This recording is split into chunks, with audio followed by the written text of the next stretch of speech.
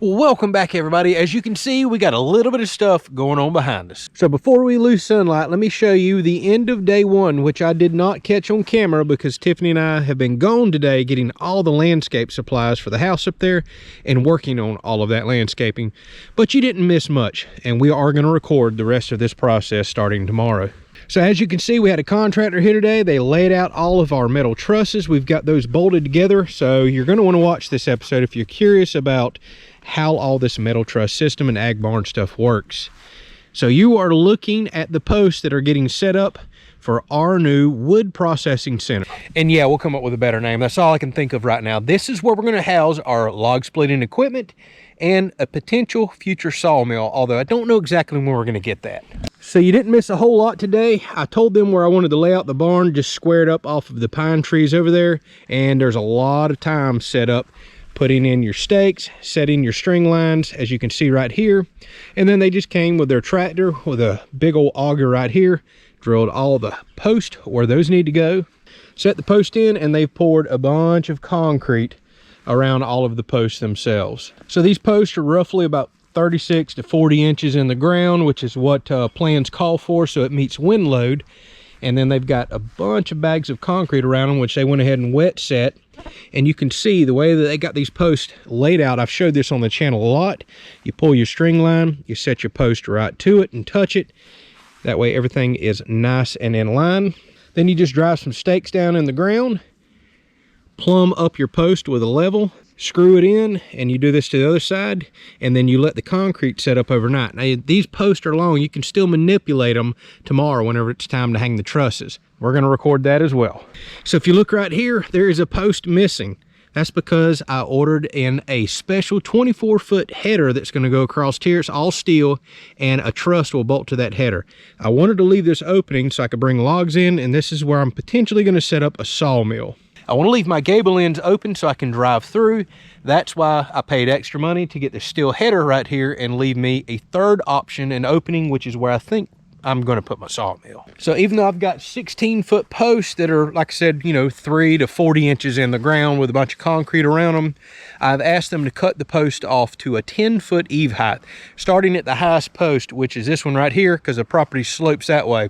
And if I decide not to level everything underneath right here, I'll have about 11-foot eave height right over here. I decided I want to do this barn a lower eave height than our house, and especially that big barn back there. I know I'm blinding you. I've got 12 and a half foot over there, and I've noticed going that high, which is great if you know you're going to do campers or need the height, but it allows rain to blow underneath. So I wanted to kind of tuck this barn down more here to protect the expensive equipment that's going to be underneath here. And I made for sure that 10-foot eave height, which is going to give me about 12 foot of clearance up to the center of the trusses, is plenty of room should I get a conveyor in the future, because I'm probably going to, as we can afford it, get a firewood conveyor for our log splitters to really speed up the splitting process.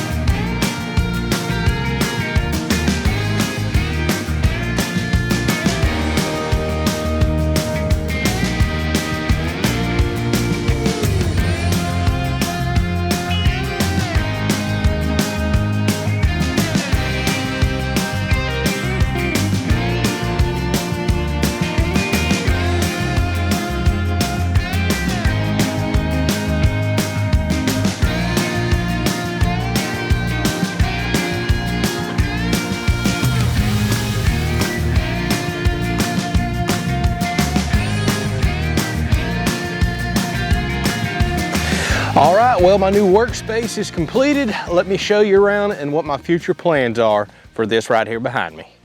All right, so if we take a look around, this is a 30 by 48 building right here. If you're curious, I just kind of roughly guessed at this size. I think it'll take care of most of my future needs, and I've learned always go bigger than you think you need. This gives me some room to grow right here. And what you see there, the posts are through bolted.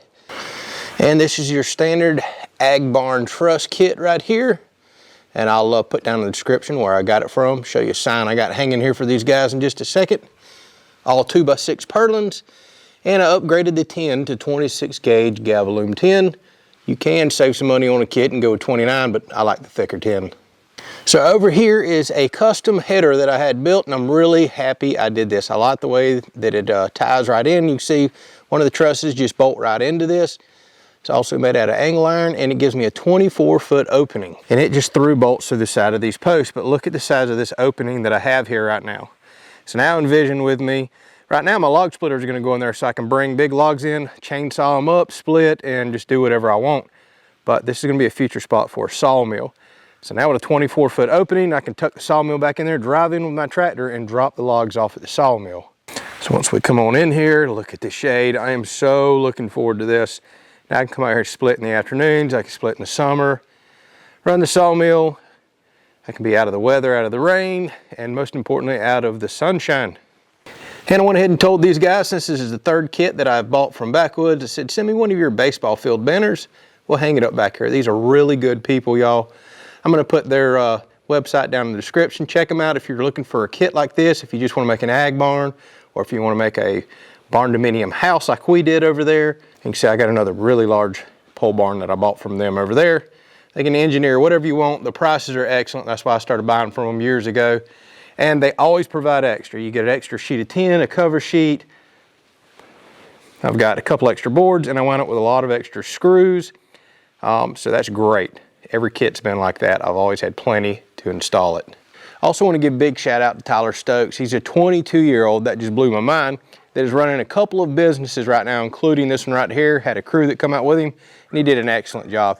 It warms my heart to see 22-year-olds nowadays running businesses like this, as well as he runs a tree service business, busting his butt making a living. He did an excellent job. I'll put a website or any links that he may provide me down in the description. If you're in the North Florida area and need to get one of these put up, his price was excellent. They showed up early, they stayed late, and I thought the price was fair for the work that they did.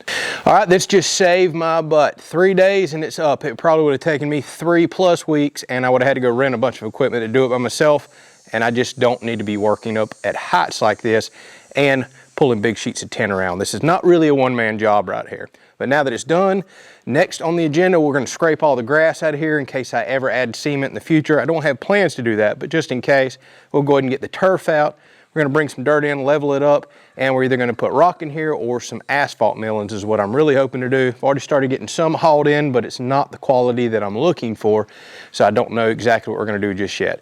In the meantime, I'm probably gonna go ahead and pull the splitter in here today and start splitting because I really need to get some wood processed, and now I can do it in the shade. I'm so looking forward to that. Don't forget, we're gonna build a room in here in the future, and we're gonna solar power this up. We're gonna put lights, run electricity, put some fans. That's gonna be a really cool series right there. So we're gonna make us an awesome workspace out here to stay out of the elements. I'm really looking forward to it. All right, y'all, this is just the start. We invested in this so we could have us another little side income, side business. We're gonna grow our firewood out. We're gonna do some sawmilling, and I don't know what all we're gonna get into in the future in here.